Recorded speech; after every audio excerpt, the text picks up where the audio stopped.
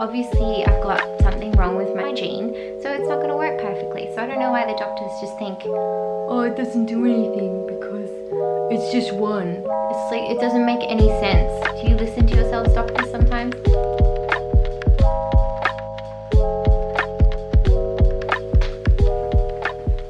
Hi, welcome back to my channel. If you're new here, welcome to the channel.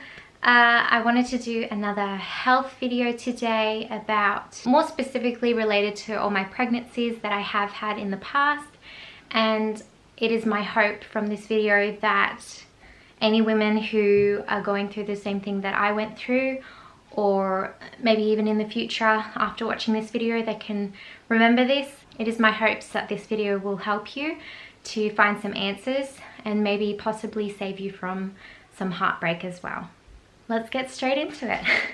For those people who don't know, I have 3 beautiful children. I have 1 boy and 2 girls, and I've also have 2 miscarriages. I was pregnant till up to about 11 weeks, and I went in for an ultrasound and they said there was no heartbeat.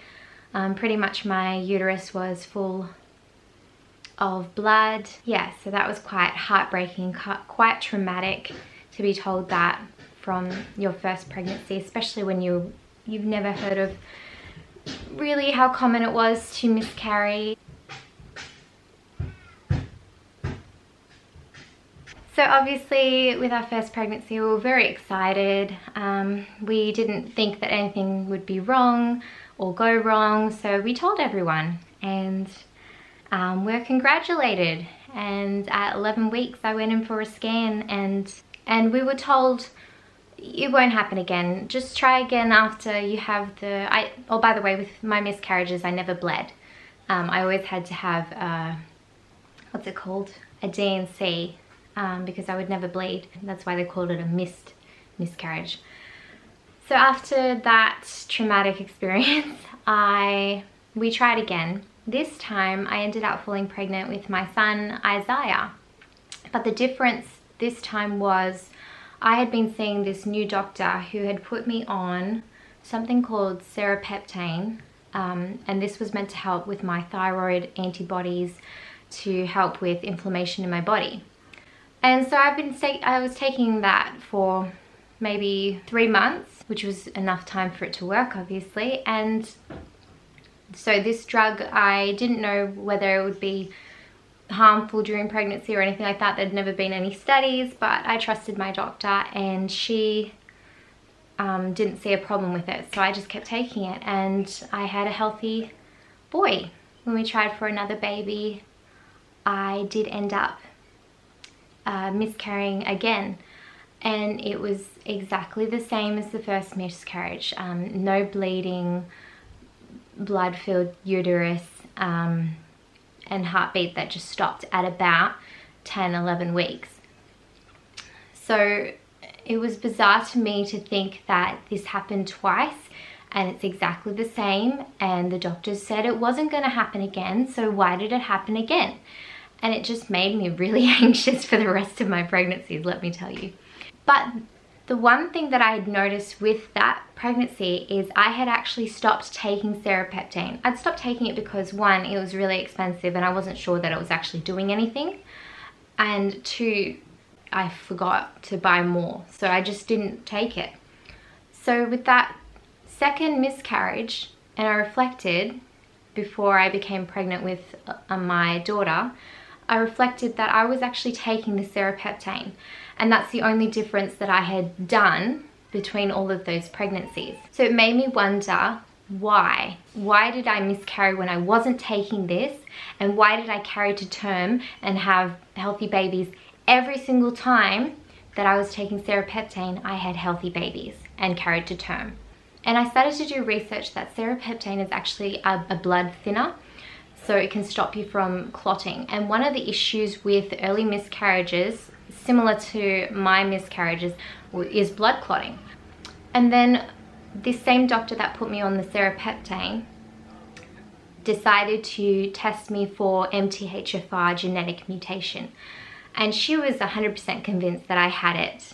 and she's almost like, there's no point even doing the test, let's just start you on this sort of program.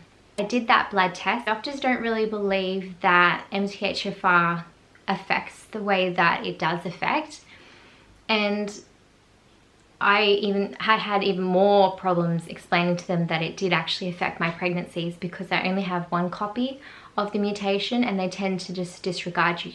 But still, if there's something wrong in your body, it's obviously not going to be working the way that it should. So I don't understand why one copy is looked over. Anyway, basically, I did have the MTHFR genetic mutation, and that explained why I was able to carry to term taking the serrapeptase. And some women take low dose aspirin that does a similar thing, but serrapeptase is way more natural. Or they take heparin. I didn't want to do any of those, even though they had been used frequently and women have had so many success stories with that. I had my own success story on serrapeptase. I was willing to take that risk again because I knew that it was working, even if I couldn't explain why it was working properly or how it was working. I just knew that that was the reason, and I knew that if I wanted to get pregnant in the future, that if I took serrapeptase, I knew that I wouldn't have the same miscarriages that I had. That's not to say that I won't have any complications or a miscarriage, it just means it won't happen because of those reasons. So let me get into my MTHFR mutation. So I have my paperwork here from after my second miscarriage, so before I even had Alyssa and Ahara. So it says here that I have the mutation in the A1298C, and that I am heterozygote. Sorry if I said that wrong. I probably did. Not a geneticist, not a doctor, so whatever. Which basically means that I only have one copy, which is great for me, apparently. Well, it is, because the more copy variants that you have, or the more mutations that you have, the more problems that you're going to have. So I was actually quite happy that I only had one copy of the mutation, because let me tell you, they say it doesn't affect you, but this one affects me enough. So I'm quite happy that I only have one copy, and I'm sorry if you have more than one. But this is how that one copy that apparently doesn't affect you has affected me in my life. Some of the symptoms that I had that confirmed that I had MTHFR is, it's really hard to pinpoint because it is going to be different for every single person, because you may have two copies, you may have one copy, you may have the other copy of the gene, because there's two variants to this gene that you can have a mutation in. So what I'm saying may be completely different to what someone else has experienced. When you look up symptoms of MTHFR, most of the time they just list a whole bunch of diseases that you can get, which isn't very helpful because they're not really symptoms, and those diseases by themselves have a whole host of symptoms to go with it. So I guess if you have those diseases, then you're very likely to have this genetic mutation. But let me just say that the symptoms that I got that weren't really related to all of the diseases that I have as well were very specific. So things like I couldn't tolerate alcohol or at all. I couldn't tolerate toxins. I just couldn't get it out of my body. I would have one sip of wine and just fall over. Like, it's just very lightweight.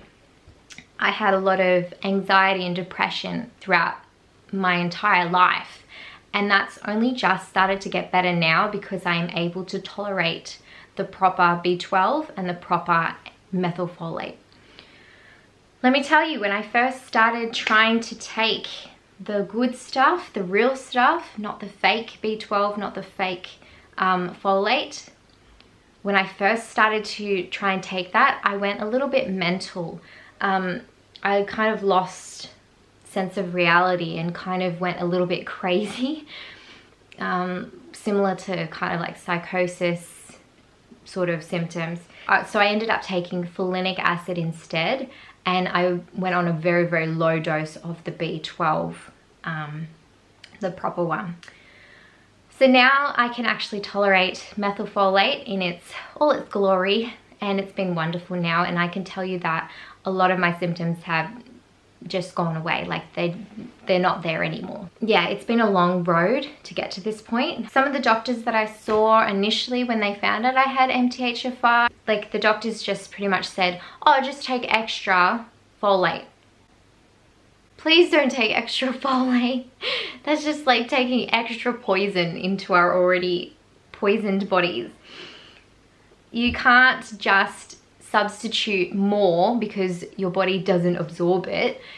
It just ends up building up in your body. In fact, I had B12 levels that were in the thousands because my body could not absorb that synthetic B12.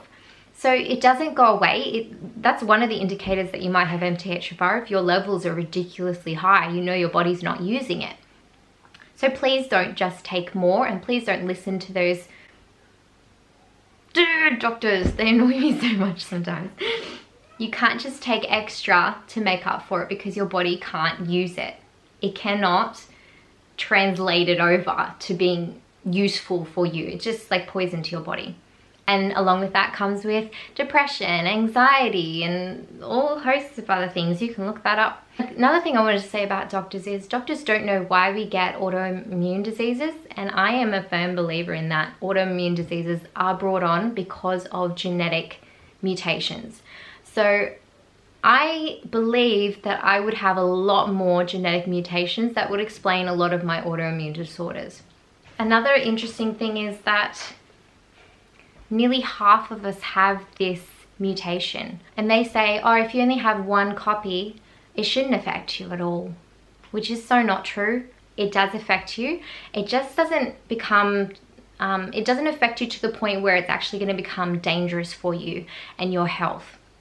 It's not going to cause you to have a heart attack, but it does affect the quality of your life. I get what they're saying, that it's not going to be a huge deal. It's not going to be life-threatening, but it's still going to have a huge impact on my life, and it's still going to affect the quality of my life and my health. So how can they say it doesn't do anything? Get tested for it and acknowledge that it will actually impact.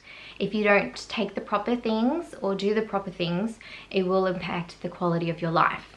Another thing that was a result of having this genetic mutation is that all of my children had lip and tongue ties, which was great for breastfeeding.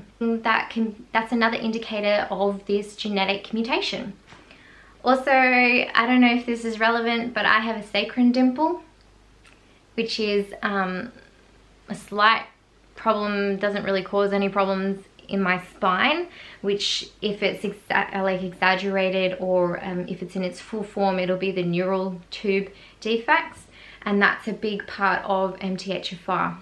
There's a whole host of things that can go wrong with this genetic mutation. Oh, another great thing, that if you have this mutation and you're a mother, or if you're pregnant, you should definitely be taking the proper form of these vitamins. A lot of the prenatal vitamins that we have available to us right now are not the proper vitamins, and, well, that's bright.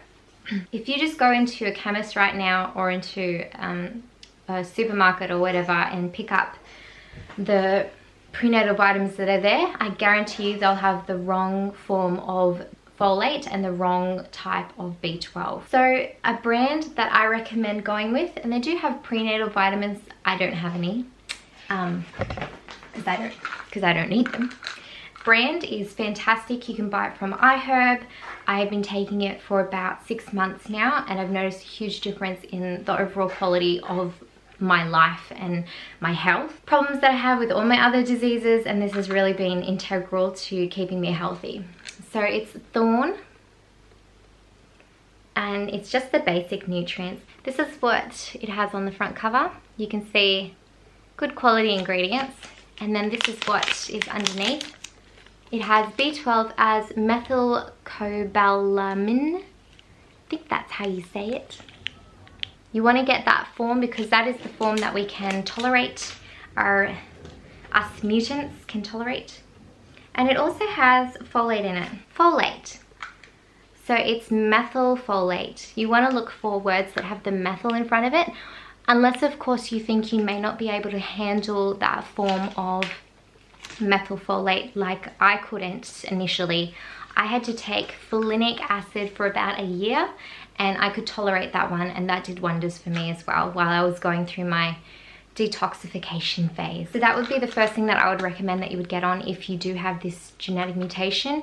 If you are pregnant and you're taking some other things right now, throw them in the bin, even if you don't have this genetic mutation, because they are full of rubbish. They have a prenatal range as well. This is the Serrapeptase. Now, I've taken different types throughout my years, but I've always stick to the high dose. The higher the better. I have taken high doses throughout all of my pregnancies, my live pregnancies, and I have not seen a single bad thing come from it. No side effects, nothing that would harm the baby.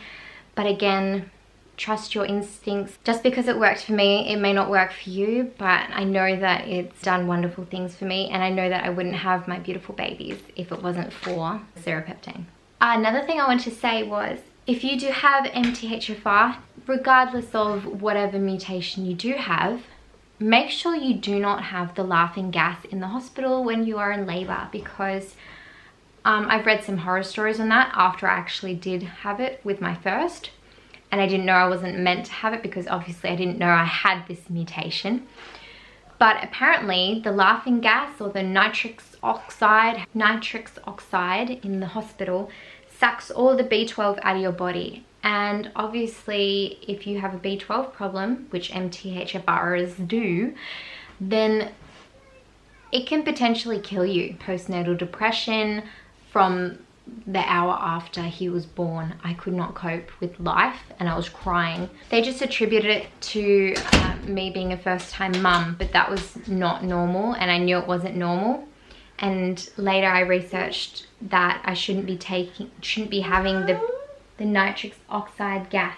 If you are a woman who has been having miscarriages or early miscarriages, and you just don't have any answers for it, and the doctors say it won't happen again, and then it happens again, and you just don't know what to do, I hope you found this video helpful, and I hope that you can apply some of these things to your life. All the best with your beautiful families. They are truly a miracle. Like, I really should not have been able to have any babies, but here they are, 3 of them playing in the front yard. If you are going through a miscarriage now and coming to a diagnosis of MTHFR, then my heart is with you. I know exactly how you feel. I know that you feel the tragedy and anxiety that's going to happen again. I know that you have that fear, and let me just say that don't give up, and just find why it's happening. Get tested for MTHFR and maybe start on some blood thinners. If you're brave enough, try the Serrapeptase. Doctors would think I'm crazy because I take it, but yeah, I remember a doctor was thinking that I was absolutely bonkers because I was taking this Serrapeptase that he'd never heard of before, instead of taking low dose aspirin. And I guess I would have seemed like an idiot to him, but I just knew, gut feeling, that it was working and that it was worth the risk. I have never had any side effects with it, and it's only done wonderful things for me. Thanks so much for joining me, and all the